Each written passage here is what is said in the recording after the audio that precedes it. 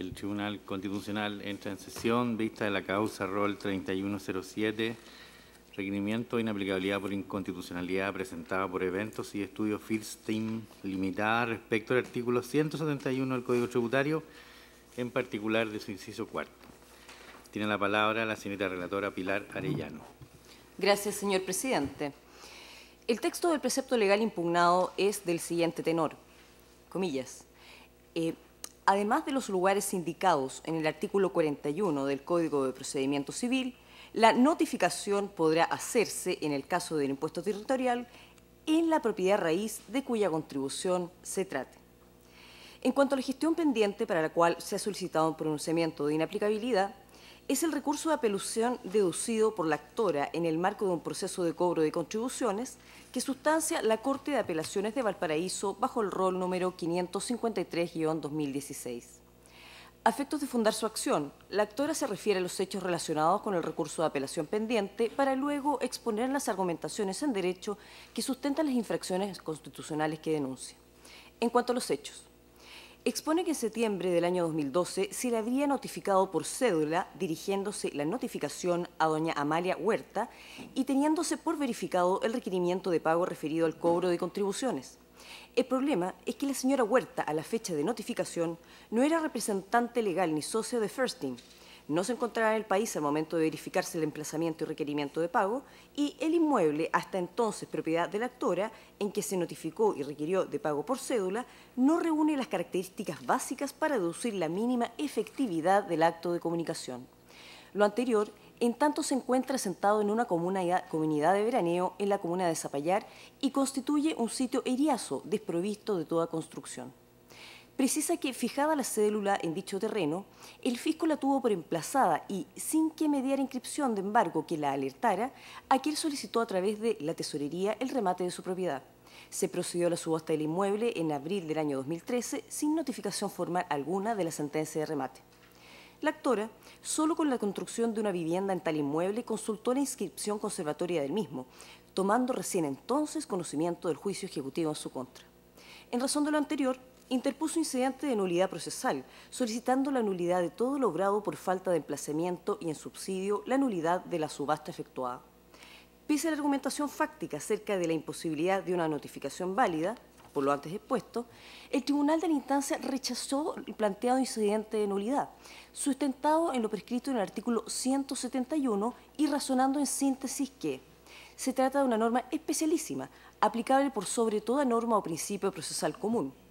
que, conforme a aquella disposición, en tanto declara como lugar de notificación el inmueble cuya contribución se cobre ejecutivamente, basta fijar la cédula en el terreno para que su propietario se entienda notificado y requerido de pago. Afirma la actora, llegando incluso a expresarse en el fallo, que en esa clase de juicios, comillas, no se persigue directamente a la persona deudora, sino que la propiedad que ha causado el pago de impuestos, razón por la cual no resulta indispensable la notificación al representante legal. Finalmente, razonó el tribunal que, de esta manera, las actuaciones del funcionario notificador en la etapa judicial son legales y válidas. Por ello, según indica la actora, puede colegirse que el artículo 171, inciso cuarto, establece un nuevo concepto de emplazamiento, en tanto es dirigido a una cosa y no a una persona. A su vez, a juicio de la actora, lo que ella discute es la arbitraria aplicación que pretende hacerse de la norma. En cuanto al derecho, como primera infracción constitucional, denuncia la actora que la disposición reprochada en su aplicación vulnera el derecho al debido proceso, el que, conforme a la doctrina autorizada, impone al legislador el deber constitucional de instituir un procedimiento que permita al individuo tener una razonable oportunidad para hacer valer sus derechos. Recalca sobre este punto que, según se ha asentado por la Corte Suprema y esta magistratura, la correcta notificación es un elemento esencial del debido proceso. De ello, se sigue que, de no existir o de ser esta defectuosa, no puede estimarse que se esté ante un debido proceso y, en tanto, no hay un procedimiento racional y justo. Es por ello que el artículo impugnado, que regula la forma de efectuar la notificación, debe entenderse supeditado a la Constitución política, de forma que solo puede tener aplicación en los supuestos fácticos en que garantiza el desarrollo de un proceso racional y justo. Dichos elementos fácticos, por los presupuestos de hecho ya señalados, no se presentan en la especie. Y la aplicación del precepto reprochado se aleja así del concepto de válida notificación. Primero, por cuanto el concepto de notificación como acto de comunicación requiere la posibilidad de percibir el mensaje y, por tanto, exige la posibilidad cierta de que su receptor pueda conocerlo. En segundo lugar, y a modo consecuencial, es menester para una notificación válida que exista un sujeto pasivo de las notificaciones y el emplazamiento. Ello no sucede en la aplicación del precepto impugnado, el que, como se señalara, transforma el inmueble en que se deja una cédula en el sujeto pasivo de la notificación. Una segunda vulneración a la Constitución política que se aduce es el desconocimiento del derecho a la igualdad ante la ley, desde el momento que, por la forma en que se ha permitido notificar la aplicación del precepto impugnado, el fisco tiene privilegios procesales al poder notificar de una manera que no reúne las características de una válida notificación. La tercera infracción que se produce es la vulneración del derecho de propiedad. Agrega la actora a todo lo anterior que el razonamiento precedentemente planteado también se puede encontrar en una sentencia de la Corte de Apelaciones de Punta Arenas, y a su vez el voto de minoría de ministros de este tribunal, en sentencia rol 2559, refrenda lo hasta ahora expuesto en la materia, sin perjuicio de existir diversos pronunciamientos del Tribunal Constitucional que indican que el conocimiento oportuno de la acción es una exigencia del derecho de defensa comprendido en la noción del debido proceso. Por todo lo precedentemente expuesto, específicamente se solicita a esta magistratura declarar, primero, que todo el sistema de notificación empleado en el proceso pendiente y en especial lo prevenido en el artículo 171, inciso cuarto, es inconstitucional. 2. Declarar inaplicable cualquier interpretación de la norma impugnada que importe prescindir de los principios generales que informan el sistema de notificaciones. 3. Declarar inaplicable, por lo mismo, cualquier interpretación extensiva de la disposición que se objeta y que permita la notificación al inmueble. Y, finalmente, 4. Declarar que en el proceso pendiente invocado no puede seguirse adelante con la ejecución por haberse iniciado en forma contraria al derecho al debido proceso. Observaciones al requerimiento. Por presentación de fojas 70, la Tesorería General de la República formuló sus observaciones solicitando el rechazo del requerimiento. En primer término, el organismo fiscal alude a precisiones de hechos relacionadas con la gestión judicial pendiente, de lo que se destaca al efecto que el año 2013 se practicaron 3 publicaciones legales de la aludida subasta en el diario El Mercurio de Valparaíso. En segundo término, la Tesorería se presenta cuestiones generales en relación con el impuesto territorial y sus particularidades, conforme a su naturaleza y a la legislación que rige la materia.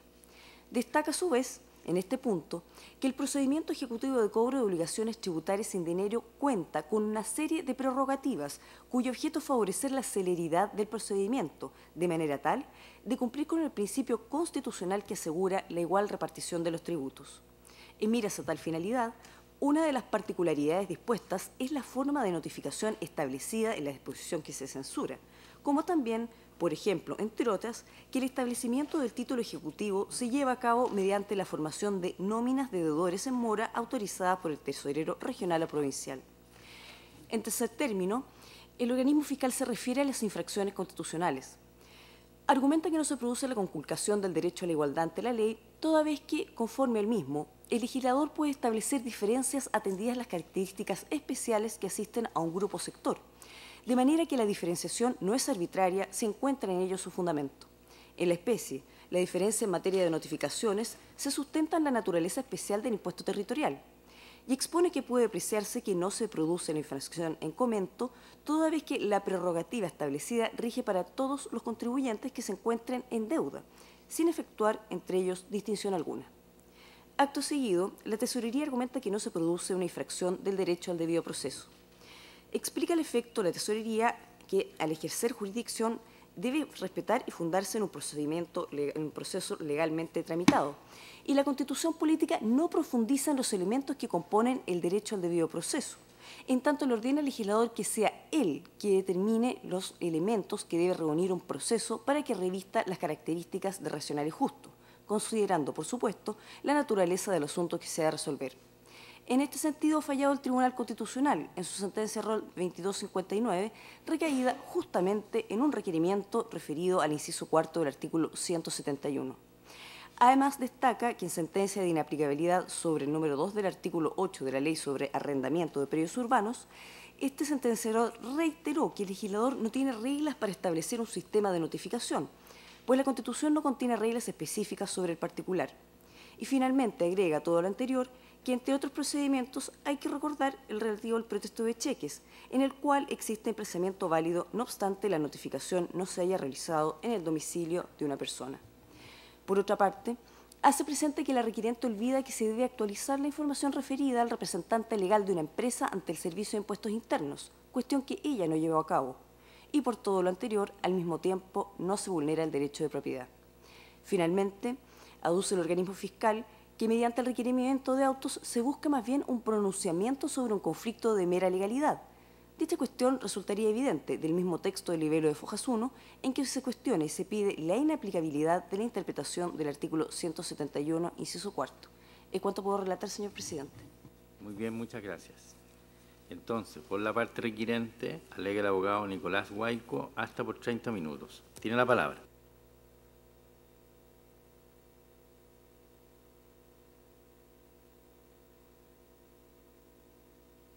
Sí, perdón. Gracias. Muchas gracias nuevamente. Con la venia de su señoría procedo a alegar. Esta parte en el juicio relatado ha alegado nulidad, como se ha señalado al manifestar los hechos, por distintas razones, su señoría excelentísima. Primero, porque se dirigió notificación a una persona distinta del representante legal de la empresa. Es decir, no se dirigió notificación a la única persona habilitada para ser emplazada en nombre de la empresa, sino que a una persona distinta. Luego, se dirigió notificación a una persona que se encontraba fuera del país y aún así se tuvo por válidamente notificada. Eso está acreditado en los autos.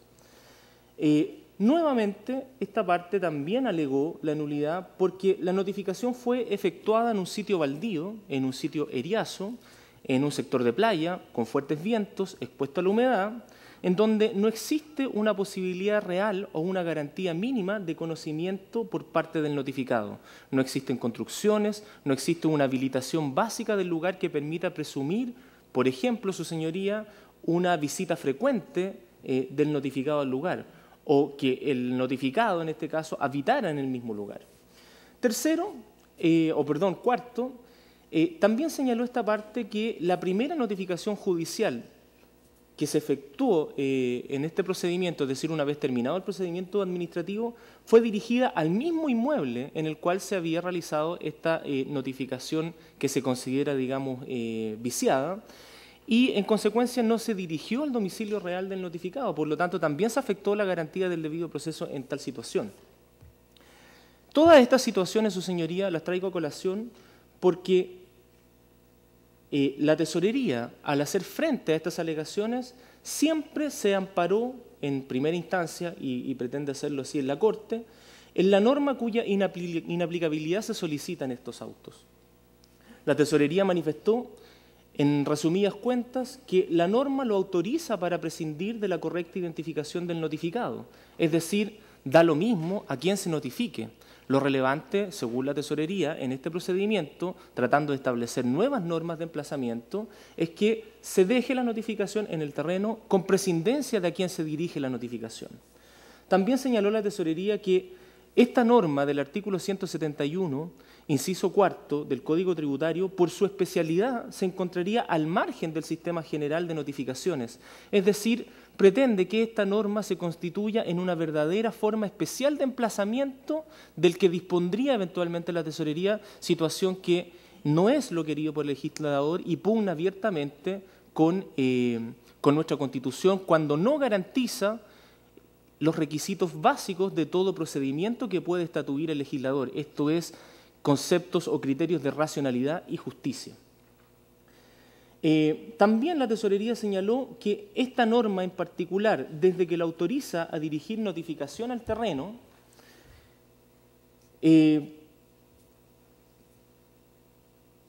resulta irrelevante, su señoría, la existencia de las condiciones mismas del terreno o las condiciones mismas de la notificación que puedan inhibir el conocimiento real del ejecutado. Es decir, en palabras simples, basta con fijar en el terreno o en el predio, digamos, de materia de la contribución, simplemente un documento que contendría la cédula por la cual se pretende requerir de pago y notificar, prescindiendo absolutamente de las condiciones básicas o mínimas necesarias para presuponer, su señoría, que el notificado efectivamente pueda tener conocimiento de esta notificación.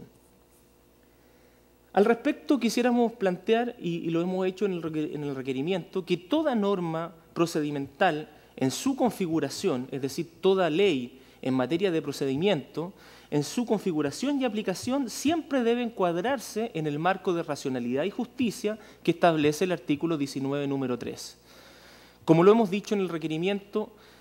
es la Constitución la que fija el margen en virtud del cual el legislador puede establecer nuevos procedimientos o nuevas formas de desarrollar cualquier, digamos, de desarrollar la jurisdicción o de llevar a cabo la jurisdicción. Particularmente, el legislador puede, su señoría, establecer formas de notificación o habilitar lugares de notificación, pero siempre y en todo caso ajustándose a este marco constitucional que establece de manera expresa el artículo 19, número 3, al requerir, su señoría excelentísima, como se ha planteado, que cualquier norma relativa a un procedimiento siempre cautele criterios de racionalidad y justicia. Cuando la aplicación de la norma dictada por el legislador escapa a este marco de racionalidad y justicia al que nuestra Constitución lo limita,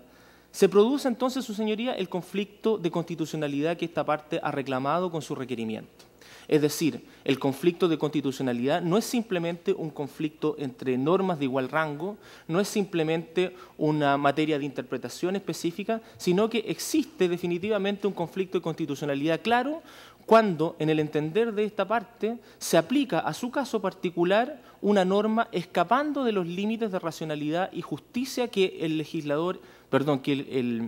constituyente expresamente establece.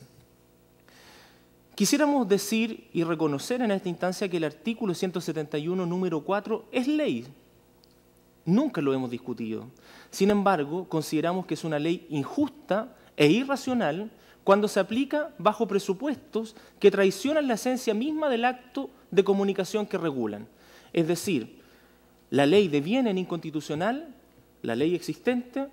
cuando se traiciona en su aplicación, como ocurre en este caso en particular, la esencia misma del acto que regula cuál es la notificación. Cuando también deviene inconstitucional cuando se aplica como aislada el sistema general de notificaciones y pretende estatuírsele como un nuevo sistema de emplazamiento, su señoría, o un nuevo sistema de notificación absolutamente especial y privilegiado. Y en tal caso deviene inconstitucional, además de por afectar las garantías de un procedimiento racional y justo, por vulnerar la igualdad ante la ley que la Constitución reconoce a toda persona. Además, su señoría, deviene nuevamente inconstitucional esta norma cuando se aplica prescindiendo de la correcta identidad del deudor, porque nuevamente, su señoría, se afectan los criterios de racionalidad y justicia establecidos por el constituyente en el artículo 19, número 3. La tesorería, su señoría, excelentísima, configura a partir del artículo 171, inciso cuarto, reclamado como inaplicable, una verdadera nueva forma de emplazamiento. Así lo ha expresado en sus diversos,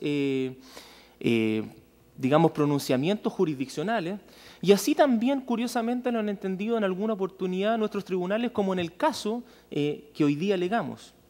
Este nuevo sistema de notificaciones parece, su señoría, ser un sistema dirigido más a la cosa que a la persona. Es decir, basta con dirigir una comunicación al terreno y emplazarla en el terreno, prescindiendo de la persona del deudor o prescindiendo de la persona del notificado y en este caso ejecutado. Así, la aplicación que en todo momento ha pretendido y continúa pretendiendo la Tesorería General de la República es abiertamente inconstitucional, como se ha dicho, porque vulnera nuestro derecho al debido proceso, amenaza, su señoría, y además infringe abiertamente el derecho de propiedad. Esta magistratura, su señoría excelentísima, como nuestra Corte Suprema, se ha pronunciado en variadas oportunidades que constituye un elemento fundamental del debido procedimiento la existencia de una notificación oportuna a las partes y, en consecuencia, la existencia de una posibilidad real y cierta del demandado, en este caso, o del notificado, de tomar conocimiento de la acción en su contra. Una norma, su señoría excelentísima, en opinión de esta parte, que solo habilite un nuevo lugar para la realización de una notificación, como parece reconocerlo al evacuar el traslado de la misma tesorería, no puede prescindir de los elementos básicos del debido proceso. En consecuencia, Su Señoría Excelentísima, estimamos que no puede considerarse hábil para efectuar la primera notificación de un procedimiento destinado, y esto es un elemento esencial, a excepcionar de su derecho de propiedad a un ejecutado, no puede considerarse hábil, en tal caso, un lugar baldío, deshabitado, sin construcciones, que por sus condiciones dificulta en extremo y en la práctica hace imposible el conocimiento real del ejecutado de la existencia de una ejecución en su contra. Debe recordarse en este punto, Su Señoría Excelentísima, que nuestra Constitución eleva el derecho de propiedad al estado de una garantía fundamental de toda persona. Por esta razón, solo cabe la excepción del derecho de propiedad y la posibilidad de ejecutar en consecuencia sus bienes de manera forzada en la medida en que tal excepción se ajuste a criterios de máxima racionalidad y justicia. Estos criterios de máxima racionalidad y justicia, naturalmente, Su Señoría Excelentísima, se deben extrapolar al procedimiento mismo por el cual se llega a afectar el derecho de propiedad. En consecuencia, siendo el derecho de propiedad una garantía fundamental, no es lícito, no es constitucional el afectarlo, sino cuando en el procedimiento mismo por el cual se le llega a afectar se respetan criterios mínimos de racionalidad y justicia, Su Señoría. Como hemos dicho previamente, el artículo 171, inciso cuarto, que se reclama inaplicable en este caso en particular, no puede ser aplicado, no puede ser llevado o digamos, no puede resolver esta situación que se ha planteado como si se tratara de un nuevo sistema de emplazamiento. Y aun cuando, Su Señoría Excelentísima, se limite la interpretación de este precepto a habilitar un nuevo lugar para efectuar notificaciones, esta habilitación del lugar siempre debe enmarcarse, como se ha planteado, en criterios mínimos, Su Señoría, nuevamente de racionalidad y justicia, que no se cumplen en caso alguno al requerir de pago o notificar de un remate en un terreno baldío, eriazo, desprovisto de construcciones, Su Señoría, y desprovisto de todo indicio que permita deducir a lo menos la posibilidad de que el ejecutado, y en este caso el notificado, pueda tomar conocimiento real de la existencia de una ejecución en su contra. Esta parte lo ha planteado en su requerimiento, pero el acto de notificación consideramos que es definitivamente un acto de comunicación y por tanto requiere de un receptor identificado y determinado. No es indiferente quién es el receptor. Se debe tener muy claro al momento de ejercer este acto de comunicación o de notificación a quién se dirige tal comunicación. Y además, este receptor debe siempre estar mínimamente habilitado para recibir esa notificación o esa comunicación. Su Señoría Excelentísima, como un criterio de racionalidad, es lógico o es natural que no puede existir comunicación oral o verbal con un sordomudo. Por lo tanto, Su Señoría, siguiendo ese mismo análisis o esa misma analogía, no puede existir comunicación procesal válida con un ausente mediante la fijación de cédula en un lugar baldío que no habita, que no frecuenta, y además, Su Señoría, en particular, en este caso específico, con el que no tiene relación alguna. Recordemos, Su Señoría, que como se ha planteado en los hechos, la comunicación se ha dirigido, o la notificación se ha dirigido a doña Amelia Huerta Bertrán. Doña Amelia Huerta Bertrán no tiene relación alguna, y así se ha probado en los autos, con la empresa a la que se pretende emplazar. Y en consecuencia, Su Señoría,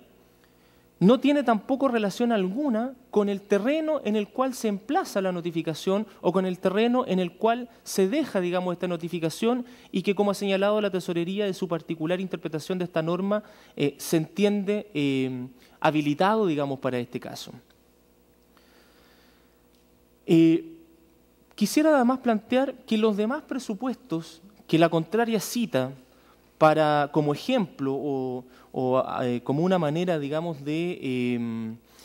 ilustrar a Su Señoría respecto de la eventual procedencia de esta habilitación, como son lo establecido en la ley de cheques, lo establecido en la ley de arrendamiento, siempre son muy distintos al caso particular, porque siempre suponen, su señoría, la existencia de un elemento básico. Este elemento básico es el domicilio. En el caso de la ley de cheques se notifica en el domicilio que ha fijado para tales efectos el mismo eventual deudor en el banco. En el caso de la ley de arriendo se notifica en el domicilio que ha aceptado como tal al momento de celebrar el contrato de arriendo el eventual demandado. Además, estos domicilios, en el caso de la ley de cheques, por ejemplo, su señoría, y en el caso también de la ley de arriendo, tienen la posibilidad de ser verificados incluso por el banco, y en particular en el caso de la ley de arriendo son domicilios definitivamente conocidos por el eventual acreedor. Entonces, esos presupuestos son absolutamente distintos de esta situación en particular en el que se pretende asimilar a un domicilio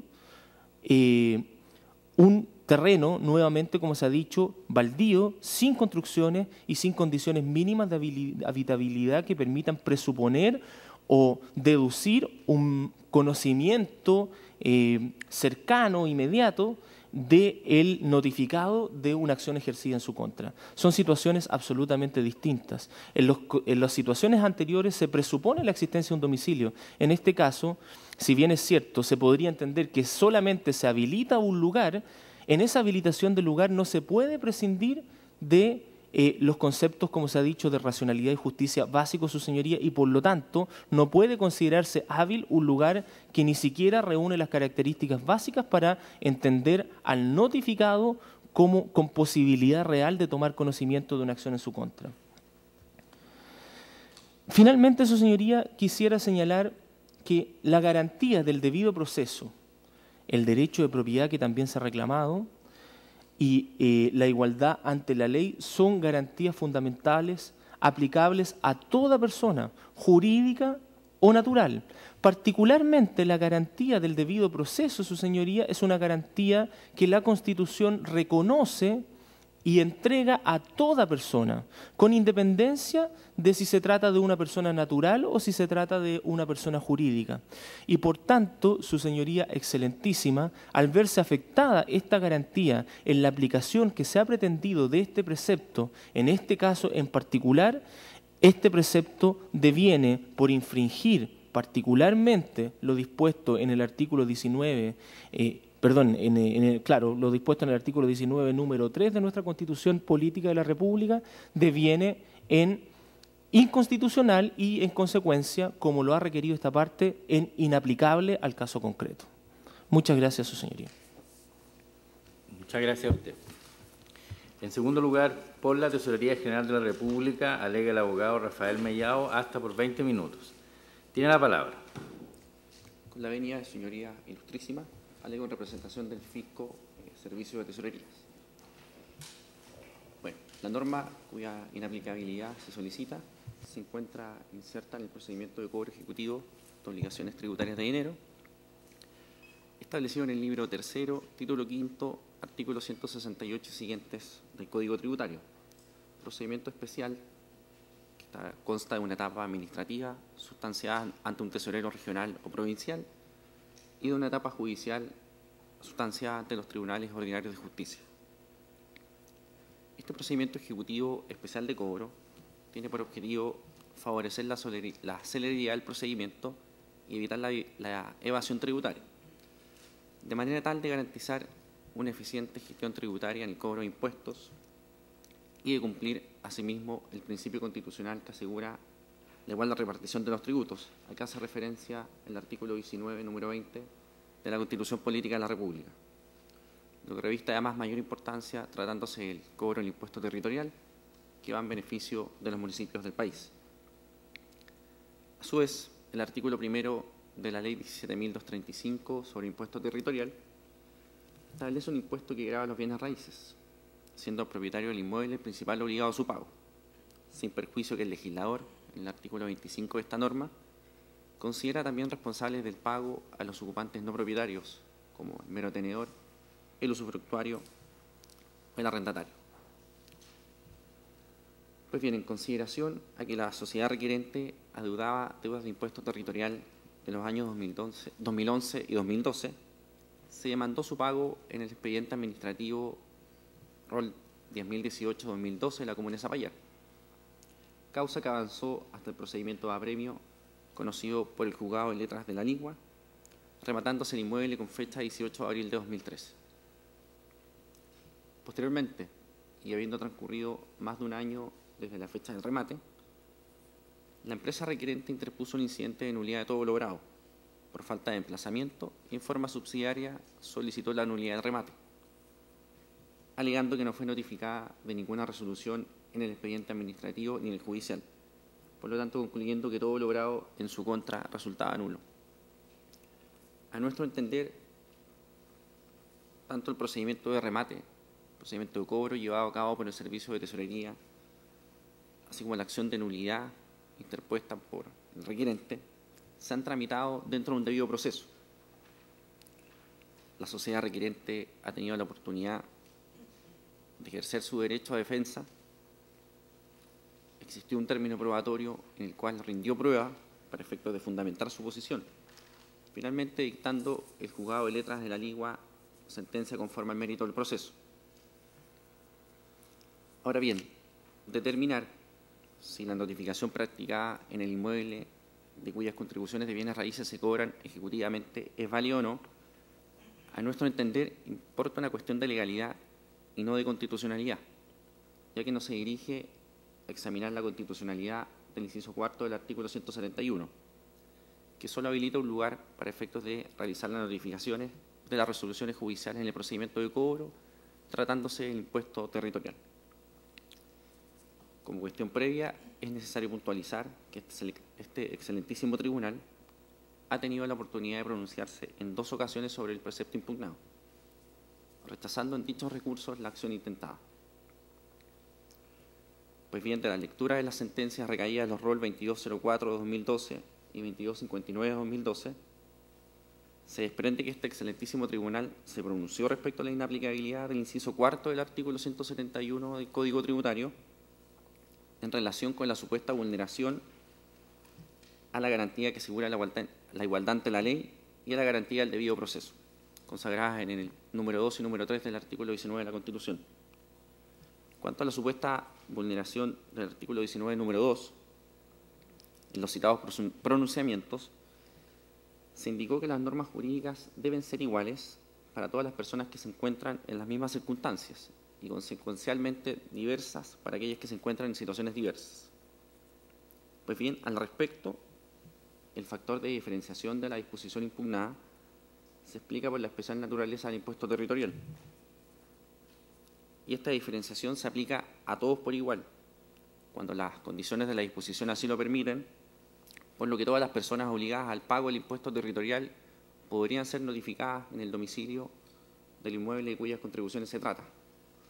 por lo que en la norma no podemos hablar que establezca una diferencia arbitraria. En cuanto a la supuesta infracción a la garantía del debido proceso que fuera alegada,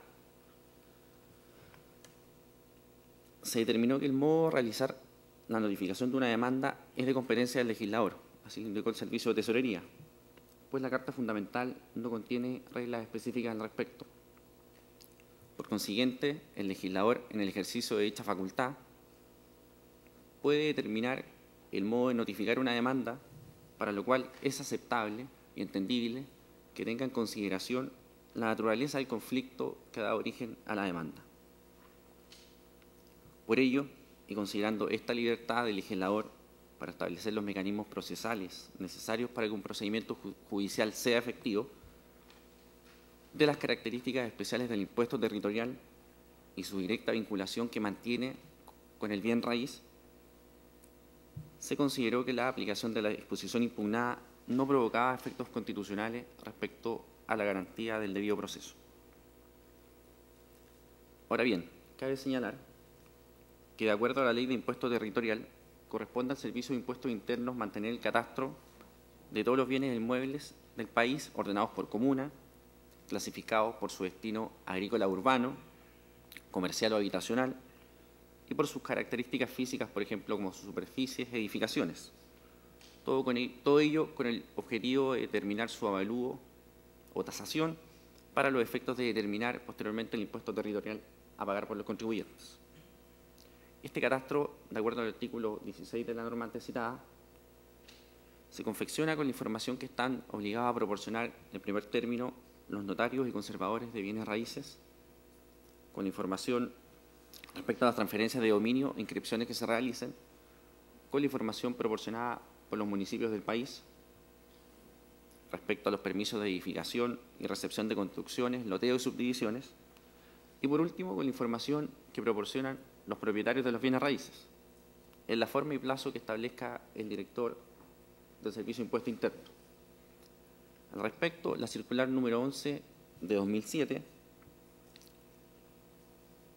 informó la modalidad en que los contribuyentes, a través de Internet, pueden modificar los datos relacionados al catastro de bienes raíces, dictándose a su vez distintas instrucciones respecto a la modalidad de realizar este trámite, sin perjuicio que también lo pueden hacer de manera presencial. Con la información proveniente de las fuentes antes indicadas, se forman los roles de avalúo ordenados por comuna que sirven para la determinación del impuesto territorial. Y también con la finalidad de que los propietarios de los bienes raíces indiquen un domicilio postal en donde se les pueda efectuar las notificaciones que existan respecto a alguna modificación de su rol de avalúo y recibir a su vez los avisos recibo de pago de contribuciones, trámite que respecto de los inmuebles agrícolas y sitios eriazos es de carácter obligatoria, según lo establece en el numeral 2, el punto 2, la precitada circular. Pues bien, la sociedad requerente no cumplió con esta obligación, por lo que todas las notificaciones se efectuaron en el lugar en que se encuentra situado el inmueble, omisión que no puede ser aceptada, toda vez que bastaría que el propietario de un bien raíz agrícola o un sitio eriazo no registrara su domicilio postal en el Servicio de Impuestos Internos para posteriormente alegar de que no fue notificada de ninguna resolución dictada dentro del procedimiento de cobro, por ende dejar de cumplir con sus obligaciones relativas al pago de contribuciones y posteriormente o eventualmente solicitar la nulidad de todo logrado dentro del procedimiento de cobro. Es por esta razón que la norma cuya inaplicabilidad se solicita habilita como lugar hábil para efectuar la notificación la propiedad a raíz de cuya contribución se trata, lugar que no necesariamente debe corresponder con el domicilio del propietario del inmueble. Es decir, o podríamos entender que la norma cuya inaplicabilidad se solicita solo designa un lugar adicional para que se puedan notificar las deudas por impuesto territorial, estableciendo en el fondo una especie de presunción de carácter legal. En este sentido, es preciso agregar que el ordenamiento constitucional no prohíbe el establecimiento de presunciones de carácter legal, salvo que no se pueda presumir de derecho de responsabilidad penal. De ahí que no exista impedimento para que el legislador, atendida a la naturaleza del conflicto, pueda establecer presunciones de carácter civil, las que generalmente tienen por objetivo permitir que se pueda trabar la relación procesal, fundamentado en el hecho de tutelar algún interés público comprometido.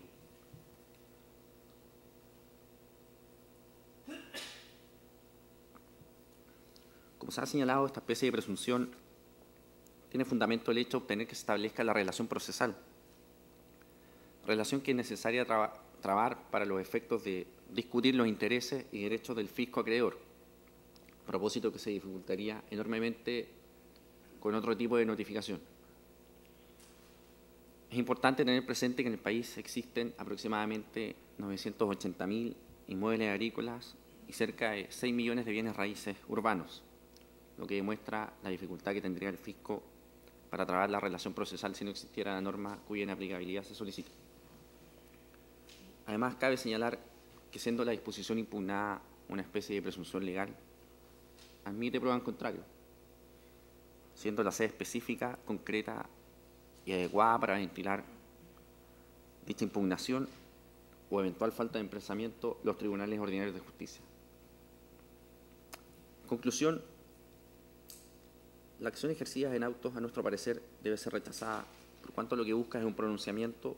sobre una materia de mera legalidad, que no supone una confrontación del precepto legal y la Constitución. ya que determinar si la notificación practicada en un inmueble es válida o no importa una cuestión de legalidad, asunto de competencia, como señalamos, de los tribunales ordinarios de justicia. Esta materia ya fue abordada por este excelentísimo tribunal, determinándose que es el legislador quien puede, en base a su competencia, fijar el modo de notificar a una persona, atendida a la naturaleza del conflicto, razonamiento que es de toda lógica y totalmente asimilable al presente caso, puesto que tratándose de una acción que se dirige contra un contribuyente, que tiene una ubicación y dirección precisa, que a su vez tenía la obligación de señalar un domicilio postal distinto, indicándose los medios a través de lo cual se podía realizar, no resulta antojadizo presumir que tendrá su domicilio en el inmueble de cuyas contribuciones se trata. Pues bien, como dijimos, la norma impugnada solo fija un lugar más para que se puedan notificar las deudas impositivas, estableciendo solamente una presunción de carácter legal. Tampoco se puede olvidar el hecho que este procedimiento ejecutivo tiene como fin último evitar la evasión, de manera tal de cumplir el principio constitucional que asegura la igual repartición de los tributos. Finalmente, no parece verosímil que la sociedad no supiera que el impuesto territorial se paga 4 veces al año, que la mora de su pago acarrea la posible nulidad, la posible remate del inmueble, más aún teniendo presente que el Servicio de Tesorería efectuó una amplia publicidad a estos remates. En el caso de la sociedad requirente, los avisos fueron publicados en el diario Mercurio Valparaíso en 2 ocasiones, existiendo además una tercera publicación de carácter extraordinaria en el diario Mercurio de Santiago, lo que unido al incumplimiento del contribuyente de señalar un domicilio postal para los efectos de sus notificaciones, demuestran que se ha empleado una fórmula idónea para llevar a cabo el procedimiento de cobro por el Servicio de Tesorería. Consideración a lo expuesto, a nuestro entender, queda de manifiesto que la disposición impugnada no vulnera las garantías constitucionales invocadas por la requirente, esto es la de contar con un procedimiento, la de igualdad ante la ley y la de contar con un procedimiento justo y racional. Bien, muchas gracias. ¿Alguna pregunta? Ministra Peña. Muchas gracias, presidente. Al colega que representa a la parte requirente, quisiera pedirle que se hiciera cargo de la alegación formulada por el Servicio de Tesorería, tanto en su escrito por el que evacuó el traslado de fondo como en extrado, en el sentido de que su parte no habría cumplido con la obligación estampada en el artículo 68 del Código Tributario, y además se nos dice hoy día en la circular número 11 del 2007, de señalar los cambios que experimentó la sociedad conforme a la escritura que fuera acompañada en auto y eventualmente un nuevo domicilio. Muchas gracias, su señoría. Respecto, en primer término, del domicilio, esta parte lo planteó oportunamente en el incidente, no puede estimarse que el contribuyente máximo, cuando se trata de una empresa que ejerce actividades económicas, no tiene domicilio. El domicilio es claro, su señoría, y existe desde el momento en que cualquier contribuyente se inscribe en el registro de contribuyentes que para el efecto lleva el Servicio de Impuestos Internos. En consecuencia, si bien es cierto, podía existir o puede, digamos, solicitarse el señalamiento de un nuevo domicilio distinto del anterior, naturalmente existe un domicilio al que se pueden dirigir las notificaciones. Quisiera plantear en ese punto que no es excluyente, en particular, el que se haya o no dado cumplimiento a la exigencia de establecer un domicilio para efectos de las notificaciones especiales en materia de cobro del impuesto territorial. No es excluyente o ese domicilio no excluye, por plantearlo, digamos, con claridad, al domicilio predeterminado y prefijado por el mismo contribuyente ante el Servicio de Impuestos Internos. Es decir,